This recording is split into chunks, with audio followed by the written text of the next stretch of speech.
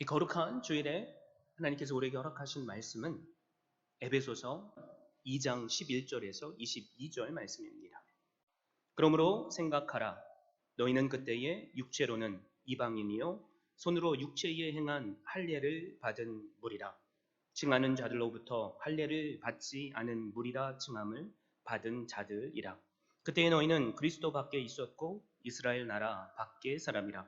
약속의 언약들에 대하여는 외인이요 세상에서 소망이 없고 하나님도 없는 자이더니 이제는 전에 멀리 있던 너희가 그리스도 예수 안에서 그리스도의 피로 가까워졌느니라. 그는 우리의 화평이신지라. 둘로 하나를 만드사 원수된 것 곧 중간에 막힌 담을 자기 육체로 하시고 법조문으로 된 계명의 율법을 폐하셨으니 이는 이둘로 자기 안에서 한 세 사람을 지어 화평하게 하시고 또 십자가로 이 둘을 한 몸으로 하나님과 화목하게 하려 하심이라. 원수된 것을 십자가로 소멸하시고 또 오셔서 먼데 있는 너희에게 평안을 전하시고 가까운 데 있는 자들에게 평안을 전하셨으니 이는 그로 말미암아 우리들이 한 성령 안에서 아버지께 나아감을 얻게 하려 하심이라. 그러므로 이제부터 너희는 외인도 아니요 나그네도 아니요 오직 성도들과 동일한 시민이요 하나님의 권속이라. 너희는 사도들과 선지자들의 터 위에 세우심을 입은 자라. 그리스도 예수께서 친히 모퉁이 돌이 되셨느니라.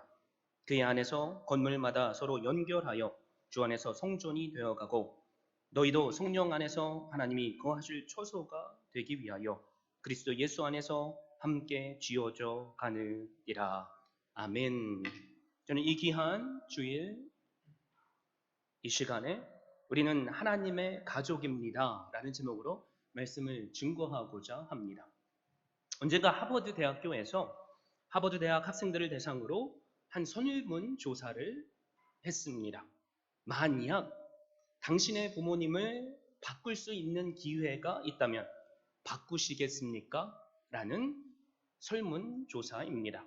이 질문에 대해 많은 학생들이 이런저런 대답을 했겠죠? 여러분, 그런데 그 결과가 실로 충격적입니다. 하버드 대학교의 미국 출신 학생들은 약 4% 정도가 부모를 만약에 바꿀 수 있는 기회가 있다면 바꿀 뜻이 있다고 대답했습니다. 그런데 한국 출신의 학생들은 5%가 아니라 무려 19%나 되는 학생들이 부모를 바꿀 수 있는 기회가 있다면 바꾸겠다고 대답했습니다. 당시 미국 출신 학생들의 부모는 한국 학생들의 부모보다 이혼율이 5배나 높았습니다. 또한 홀부모 밑에서 어렵게 자란 학생들도 많았습니다. 그런데도 그들 중 100명 중에 단 96명이 부모를 바꾸고 싶다고 대답한 것입니다. 반면에 한국 출신 학생들은 대부분 좋은 교육을 받고 자랐죠. 한국에서 부푼 꿈을 안고 이민을 왔고 그 자녀들을 위해서 부모님들이 새벽 일찍부터 밤 늦게까지 때로는 투잡, 쓰리잡을 일하시면서 아이들을 양육했습니다. 그럼에도 불구하고 그들은 하버드 대학교에 왔지만 100명 중에 19명, 약 20%나 되는 아이들이 부모를 바꾸고 싶다고 대답한 것입니다. 물론 우리가 알 수 없는 그들만의 사정이 있겠죠. 우리를 포함한 여느 가정들처럼 말입니다. 그러나 평균 5명 중에 1명이 부모를 바꾸고 싶다고 대답한 것은 너무나도 충격적입니다. 그런데 혹시 우리가 그렇게 생각하고 있지는 않습니까? 혹시 나에게 기회가 있다면 내 남편을, 내 아내를 바꾸고 싶다라고 한 번쯤은 생각해 보셨는지 모르겠습니다. 나에게 만약에 기회가 있다면 내 부모를 바꾸고 싶다는 생각, 우리가 할 수 있는 생각이죠. 나는 아닌데 혹시 내 남편이, 내 아내가, 아니 내 자녀들이 그렇게 생각하고 있지는 않을까? 그런 생각 해보셨습니까? 16세기의 개혁자라고 하죠. 십자가의 성 요한은 이렇게 말합니다. 홀로 떨어진 고고한 영혼은 홀로 타는 석탄과 같다. 그 불길은 이제 식는 일만 남았다. 더 이상 뜨거워지지 않을 것이다. 어떤 사람이 만약에 집을 뛰쳐나간다면 그 사람은 뭐가 됩니까? 홈리스가 됩니다.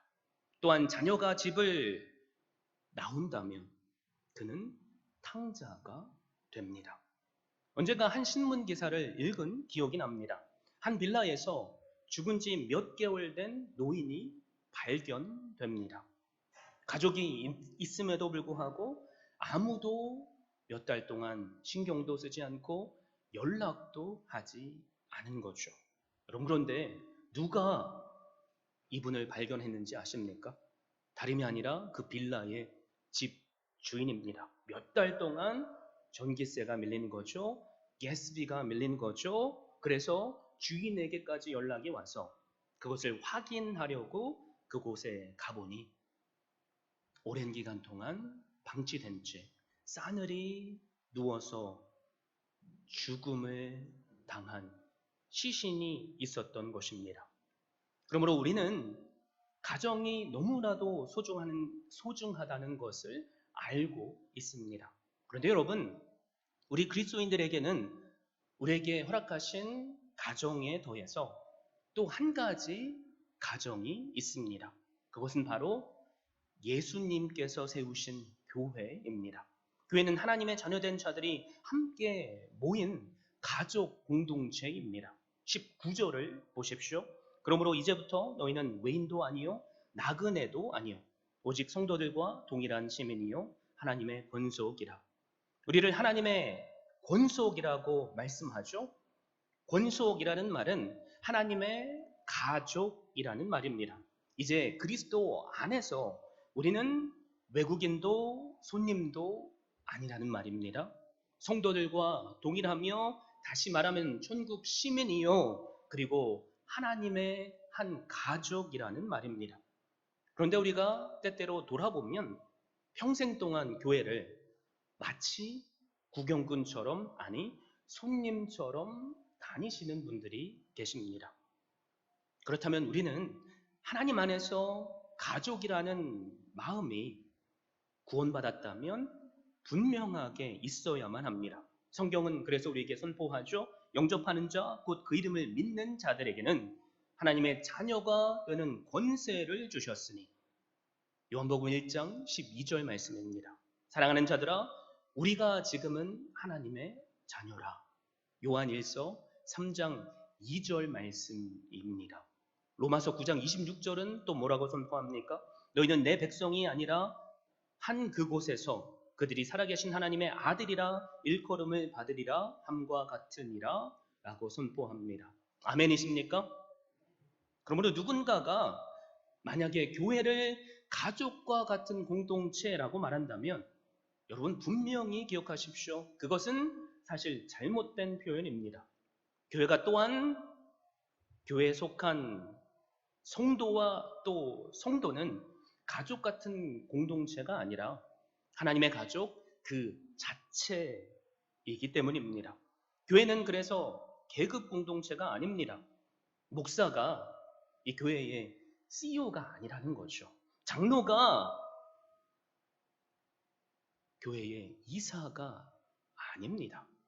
여러분 한 분 한 분이 교회를 구성하는 주주들이 아닙니다. 또 교회는 이익 공동체도 아닙니다. 교회는 서로 끊을래야 끊을 수 없는 가족 공동체입니다. 여러분 우리가 이것을 깨닫는다면 우리는 하나님의 은혜를 감격으로 받을 수밖에 없습니다. 어떻게 인간이 하나님과 한 가족이 될 수 있겠습니까? 그리고 어떻게 죄인된 우리가 하나님의 아버지라고 부를 수 있겠습니까? 그리스도의 십자가를 통해 우리는 하나님을 이제 아버지라고 부르고 우리의 옆에 있는 성도들을 지체들을 믿음 안에서 형제요 자매라고 부르는 공동체가 되었습니다. 그럼에도 불구하고 혹시 우리 가운데 지금 함께 예배드리는 저 성도가, 아니 요 성도가 피도 한 방울도 안 섞였는데 무슨 가족이야 라고 말하고 싶은 분 계십니까? 몇십 년 동안 서로 다른 곳에서 다른 방식으로 전혀 알지 못하던 삶을 살았는데 무슨 가족이야 라고 생각하실 분 계실지 모르겠습니다. 자, 그렇다면 여러분께 묻습니다. 서로 다른 환경, 다른 방식, 전혀 알지 못하던 피 한 방울도 섞이지 않은 한 남자와 한 여자가 어떻게 가족이 될 수 있습니까? 여러분 이 말에 불가능합니다라고 말하시면 안 됩니다.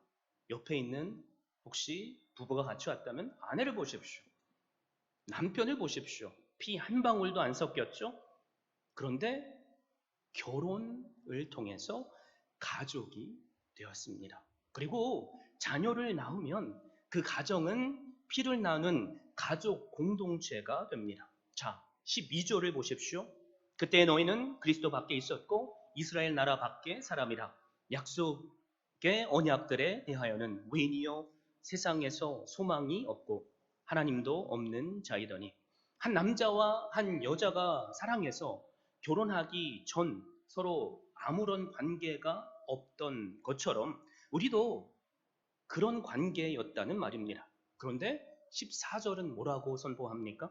그는 우리의 화평이신지라 둘로 하나를 만드사 원수된 것 곧 중간에 막힌 담을 자기 육체로 허시고. 우리가 한 가족이 될 수 없었던 이유가 무엇입니까?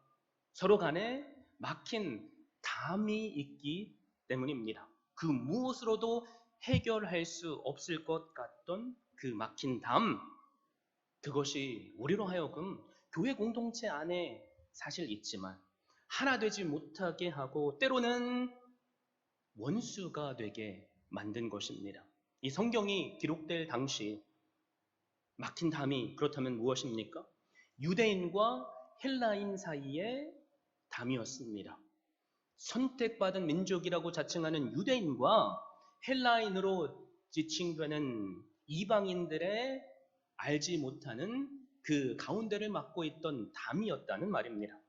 그래서 11절에는 이렇게 선포하죠. 그러므로 생각하라. 너희는 그때에 육체로는 이방인이요 손으로 육체에 행한 할례를 받은 무리라 칭하는 자들로부터 할례를 받지 않은 무리라 칭함을 받은 자들이라. 그때란 그리스도께서 막힌 담을 허시기 전을 말합니다. 그 담이 그런데 무엇입니까? 할례라는 담입니다. 할례라는 담은 유대인과 그리고 이방인들을 갈라놔 버렸습니다.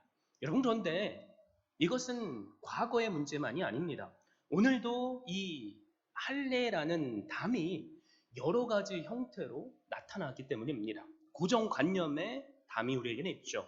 신분의 차이의 담이 있습니다. 그리고 태어난 나라의 담이 있고 얼굴 색깔이라는 담이 있으며 성별의 담이 있고 재산, 지식, 그리고 지역 등 다양한 담이 있습니다. 그것을 우리에게 상식적으로 또 상징적으로 보여주는 것이 당시 예루살렘 성전에 있던 구분하는 담입니다. 유대인들이 들어갈 수 있는 곳과 이방인이 들어갈 수 있는 곳을 성전은 구별했던 거죠. 그래서 이방인의 벽, 거기에 그것을 구별하는 담에는 이런 글자가 써 있습니다. 이방인으로서 이 담을 넘어오면 죽임을 당하리라. 그런데 성경은 예수님께서 이 담을 헐어버렸다고 선포합니다. 누구도 부술 수 없던 거대하고 견고한 담. 그 담을 예수님께서 헐어버리신 것입니다. 죄로 말미암아 우리가 하나님 사이에 영원한 담이 생겨버렸습니다. 인종과 인종 간의 담이 있고 남자와 여자 간의 담이 있고 정치를 봐도 보수와 그리고 진보라는 담이 있습니다. 부자와 가난한 자의 담이 있습니다.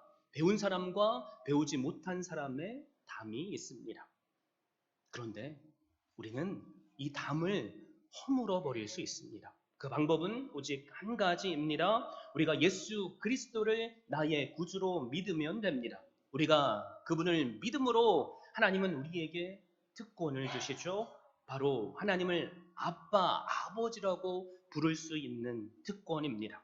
자, 그렇다면 우리는 도대체 어떻게 하나님의 가족이 될 수 있는가? 그것을 알아야만 합니다. 지금 성도로서 교회에 왔죠? 그렇다면 우리는 어떻게 하나님의 가족이 되었습니까? 첫 번째, 그리스도의 피로써 우리는 하나님의 가족이 되었습니다. 13절에 그래서 이렇게 선포하죠. 이제는 전에 멀리 있던 너희가 그리스도 예수 안에서 그리스도의 피로 가까워졌느니라. 그리스도 예수 안에서 그리스도가 흘리신 피로 이방인과 유대인이 가까워졌습니다. 그리스도의 피 없이는 유대인이 아니라 이방인이 아니라 그 누구도 그 벌어진 거리를 좁힐 수 없다는 말입니다. 그런데 피 흘려주심으로 유대인들에게만 주어진 특권들이 이방인들에게도 주어졌습니다. 그래서 주님께서 흘리신 이 피는 이 땅에 존재하는 모든 사람들에게 유효한 피입니다. 우리도 마찬가지죠. 우리도 과거에는 이방인들로 살았습니다. 하나님을 아버지라 부를 수 없는 죄인들이었습니다. 그런데 누군가의 전도로 그리고 이런저런 고난의 상황으로 하나님의 말씀이 우리의 귀에 들려지게 되었고 전에는 그냥 흘러버렸던 그 복음의 말씀이 언제부턴가 내 마음 속에서 그리고 영혼 안에서 울리게 되었고 그래서 내가 죄인임을 깨달았고 내 죄를 내가 혼자 해결할 수 없기에 주님께 내 죄를 의탁하며 주님을 나의 구주로 영접하게 되었습니다. 그리고 우리는 기도할 때마다 하늘의 아버지께 하나님이라고 기도합니다. 우리가 하나님을 아버지라고 기도할 수 있는 이유, 예수 그리스도의 흘리신 피입니다. 아버지는 자식이 잘났든 못났든 사랑하죠.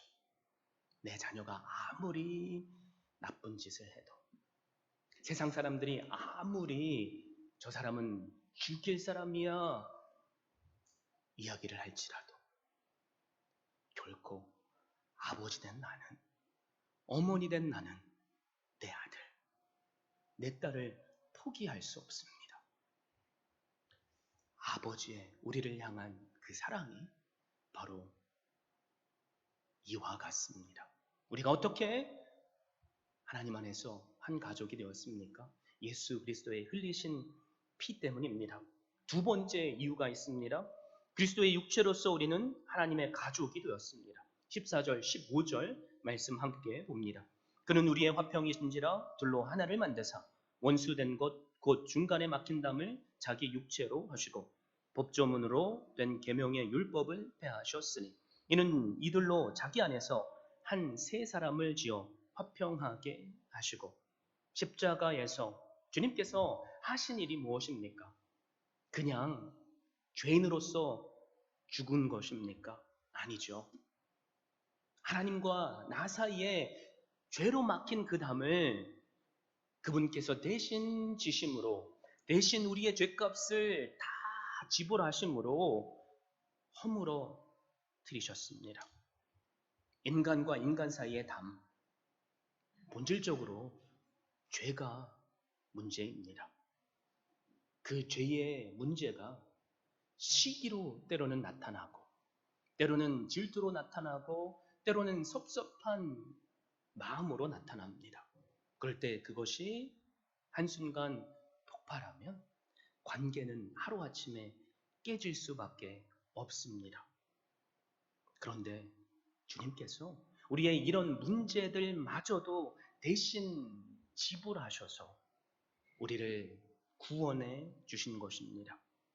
죄로 말미암아 우리 죄인들은 그 대가를 치러야만 했습니다. 그런데 예수 그리스도께서 단번에 십자가에서 하나님께 드려지는 어린 양이 되셔서 화목 제물이 되셨습니다.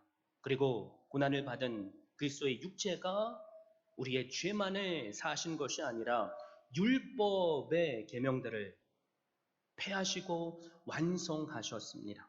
유대인들에게는 세 가지 법이 있습니다. 도덕법, 의식법, 그리고 시민법입니다. 예수님은 단번에 화목제물이 되심으로 죄를 지으면 대가를 치러야 하는 제사법을 폐지하셨습니다. 구약에서 우리가 계속 반복해서 보는 것이 무엇입니까? 우리가 죄를 범했을 때 죄값은 피에 있기 때문에 동물을 대신 죽여서 피 흘림으로 죄 사함을 받았습니다. 그런데 주님께서 단번에 십자가에서 하나님께 드려지시는 화목 제물이 되셔서 우리는 더 이상 구약에서 행했던 여러 제사들을 드릴 필요가 없습니다. 유대인과 이방인을 구별하는 그 율법들마저도 주님께서는 폐하시고 완성하셨습니다. 또한 정결과 부정을 나누는 여러 율법의 조항들도 폐하셨고 완성하셨습니다. 로마서 8장 4절의 말씀처럼 예수님의 육체의 죄를 정하사 죽음에 던지어 지심으로 율법의 요구가 이루어졌기 때문에 예수님 안에 있는 생명의 성령의 법이 우리 모든 인간들을 율법의 구속에서 해방시켜 주셨습니다. 또 세 번째, 우리가 하나님 안에서 가족이 된 이유가 있습니다. 그리스도의 십자가로서 우리는 가족이 되었습니다. 그것을 16절에 이렇게 말씀하죠.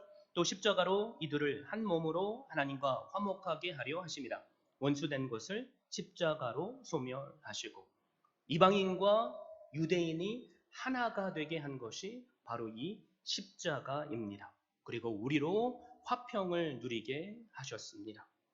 여러분, 만약에 예수님께서 나의 모든 죄를 대신해서 십자가를 지셨다는 것을 우리가 온전히 깨닫는다면, 그리고 사도 바울처럼 그러므로 내가 이제는 그리스도와 함께 십자가에 못 박혔나니 라는 이것을 깨닫는다면 우리의 생각은 십자가와 함께 죽을 수밖에 없습니다.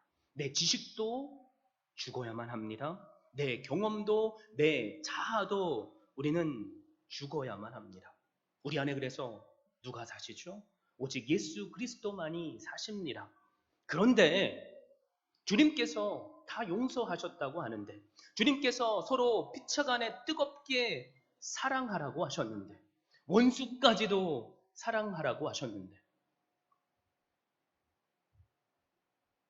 내가 저 사람 피 한 방울도 안 섞였는데 어떻게 사랑해?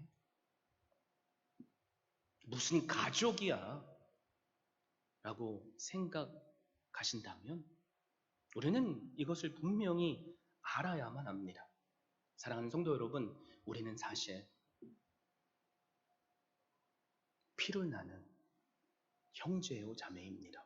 우리가 그것을 무엇을 통해서 알 수 있습니까? 우리가 오늘 함께 행할 성찬 예식을 통해서 알 수 있습니다. 성찬식이 무엇을 의미합니까? 우리가 주님의 몸된 그 떡을 먹고 그리고 주님의 피된 포도주를 마심으로 우리는 사실 끊을래야 끊을 수 없는 피의 공동체가 되었다는 것을 우리로 깨닫게 하는 것입니다. 그러므로 무슨 내가 저 사람과 피 한 방울도 안 섞였는데 라고 말하지 마십시오. 예수 그리스도의 피가 우리 안에 있습니다. 그것을 우리가 기념한 것이 바로 성찬 예식입니다. 내 옆에 앉아있는 사람을 한번 보십시오. 내 뒤에, 내 앞에 앉아있는 분들을 한번 보십시오. 가족입니까? 에이, 가족은 무슨 그런 마음이 혹시 들지는 않습니까?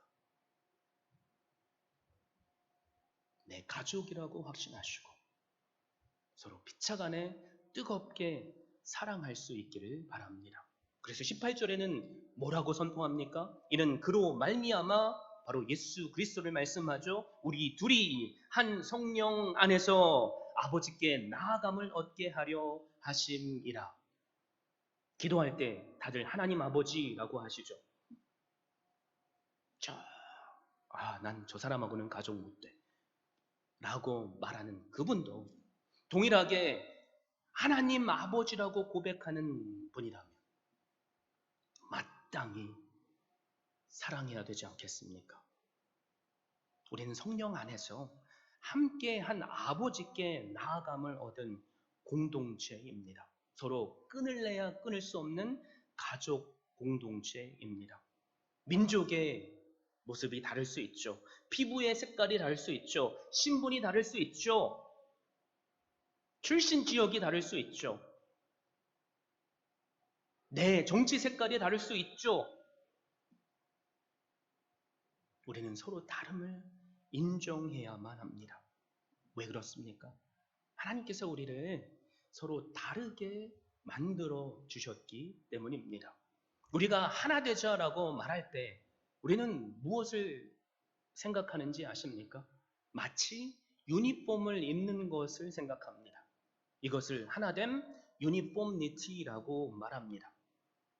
그래서 저 사람이 나랑 비슷한 옷을 입지 않으면, 저 사람이 나랑 비슷한 말을 하지 않으면, 저 사람이 나랑 비슷한 행동을 하지 않으면 우리는 그 사람을 비판하고 정죄하죠. 그런데 주님께서 우리에게 말씀하시는 하나 되는 것은 유니폼니티가 아닙니다. 유니티입니다. 생각은 다르지만, 색깔은 다르지만 하나님께서 우리에게 허락하신 그 다양함 속에 내가 잘할 수 있는 나만의 허락하신 은사를 허락하신 자리에서 발휘하며 서로의 모난 부분을 가려주고 부족한 부분을 채워주며 하나가 되는 것입니다. 그래서 우리는 분명히 알아야 될 것이 있습니다. 한 남자와 한 여자가 결혼을 했다고 해서 그 가정이 완벽한 가정이 되는 것은 아니죠. 잘 알고 있지 않습니까? 우리도 살면서 한 번쯤은 고민했지 않습니까? 그냥 이혼해버릴까? 저를 보시는데 목사님은 그러셨나 보네요? 라고 말하시는 것 같지만 여러분이 말씀을 안 하셔도 저도 다 알고 있습니다. 그래서 20절에서 22절 뭐라고 말씀하죠? 너희는 사도들과 선지자들의 토 위에 세우심을 입은 자라 그리스도 예수께서 친히 모퉁이 돌이 되셨느니라. 그의 안에서 건물마다 서로 연결하여 주 안에서 성전이 되어가고 너희도 성령 안에서 하나님이 거하실 초소가 되기 위하여 그리스도 예수 안에서 함께 지어져 가느니라. 우리의 화평이 되신 예수 그리스도로 말미암아 우리에게 주어진 이름이 있죠. 그것은 바로 성도입니다. 그리고 성도들이 모여서 무엇을 이룹니까? 21절에 성전을 만들어 간다고 선포합니다. 또 22절에도 그의 안에서 건물마다 서로 연결하여 주 안에서 성전이 되어가고 라고 말씀합니다. 여러분, 이 말씀을 우리가 제대로 이해하기 위해서는 솔로몬이 과거 성전을 어떻게 건축했는가를 알아야만 합니다. 열왕기상 6장에 보면, 특별히 7절에 보면 성전 건축 현장에서 전혀 철연장 소리가 들리지 않았고 공사가 진행되었다는 특이한 사실을 우리가 발견하게 됩니다. 건축 자재들, 그 자재들을 예루살렘의 멀리 떨어진 채석장에서 모든 도구를 동원해서 완벽하게 다 하나하나씩 만들고 그것을 예루살렘으로 옮겨와서 건물을 지을 때 서로 잊고 또 맞춰가며 지었다는 말입니다. 효율적으로 건축했다라고 생각할 수 있지만 하나님의 거룩하심이 훼손되지 않도록 철저하게 진행했다는 말입니다. 평화를 상징하고 거룩함을 상징하는 성전에서 피 흘리는 도구를 상징하는 철로 만든 연장 소리조차 나지 않게 함으로써 성전 관축 과정에 있어서도 하나님께 영광을 돌리게 하셨다는 말입니다. 오늘날도 마찬가지입니다. 본문이 말씀하는 성전의 기초는 누구십니까? 20절에 바로 모퉁이 돌 되시는 예수 그리스도라고 선포합니다. 우리가 하나님의 성전이고 우리 안에 하나님이 거하시고 성도의 모임이 거룩한 성전이 되는 것입니다. 그 성전의 장소도 이제는 더 이상 예루살렘이 아닙니다. 사도들과 선지자들의 터입니다. 그들이 가르친 예수 그리스도의 그 복음 위에 교회가 세워졌다는 말입니다. 그렇다면 건축 자재들은 누구입니까? 기억하십시오. 나 한 사람 한 사람입니다. 우리 모두가 건축 자재가 되어서 서로 연결되어서 하나님의 가족 공동체 교회가 됐다는 말입니다. 여기서 지어져 간다라고 말하죠. 한 번 완성되고 끝나는 것이 아니라 계속해서 지어져 가야 한다는 말입니다. 교회는 완성되지 않았다는 말이죠. 그래서 이 땅의 교회는 우리를 통해서 이루어져야만 합니다. 그러나 우리가 알죠. 우리 교회도 마찬가지입니다. 저도 완벽한 사람이 아닙니다. 여기 계신 한 분 한 분도 완벽하지 않을 것입니다. 그러니까 불완전하죠. 그래서 과거 솔로몬이 성전을 지을 때 완성된 재료들을 가져와서 철연장 소리가 나지 않게 성전을 우리가 지어 가야 하는데 죄인들이 모인 곳이니까 불협 화음이 날 때가 있습니다. 여러분, 그런데 그럼에도 불구하고 우리는 하나님께서 나를 사용하시며 불완전하지만 완벽하게 서로가 서로를 필요로 하는 자리에 맞춰 가시면서 교회를 세워 가신다는 확신을 해야만 합니다. 사도행전 16장 11절에 보면 빌립보 교회가 루디아라는 자주장사, 오늘로 말하면 옷감 장사의 집에 시작된 것을 우리가 볼 수 있죠. 교회 공동체가 세워진 것입니다. 여러분, 그런데 그 초대교회 공동체에도 우리 교회처럼, 아니 여느 교회처럼 문제가 있습니다. 그 교회에 기둥의 역할을 하는 두 여인들, 요디오와 순두개라는 이 여인들 사이에 서로 질투와 또 알력의 싸움이 일어났습니다. 다툼이 일어난 거죠. 그래서 사도 바울은 뭐라고 선포합니까? 서로 하나 되어야 한다. 열심으로 일하는 것도 좋지만 하나 되지 않는다면 하나님께서 기뻐 받으시지 않는다라고 말씀합니다. 여러분, 오늘 우리의 문제도 여기에 있지 않습니까? 오케스트라, 여러분 알고 계시죠? 수많은 악기들이 한 공연장에 모여서 각기 다 다른 소리를 내는데 공연장에 가보신 분들은 아시겠지만 영혼을 울리는 감동의 연주가 시작이 됩니다. 음색이 틀리죠? 또 높낮이도 틀립니다. 그리고 생긴 것도 다릅니다.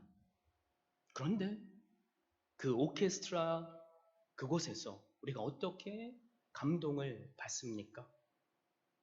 서로 간에 완벽한 조화를 이루고 화음을 만들어 내며 오케스트라 지휘자의 그 지시에 따라 악기를 연주하기 때문입니다.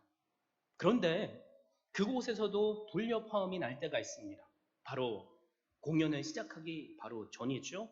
각자 앉아서 자기 나름대로 튜닝을 한다고 하죠.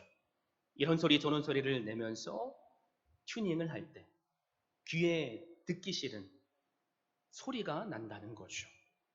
그런데 지휘자가 연주를 지휘하면 완벽한 화음이 납니다. 여러분, 교회도 마찬가지입니다. 교회 안에 다양한 구성원들이 있죠. 다양한 은사를 받은 분들이 있고 내가 행하는 방식이 이 사람과 다른 방식으로 행하는 분들이 있습니다. 그런데 기억하십시오. 하나님께서 우리를 다르게 만드신 데는 이유가 있습니다. 만약에 우리가 교회에서 다 목사의 역할을 하려고 한다면 그 교회가 어떻게 되겠습니까?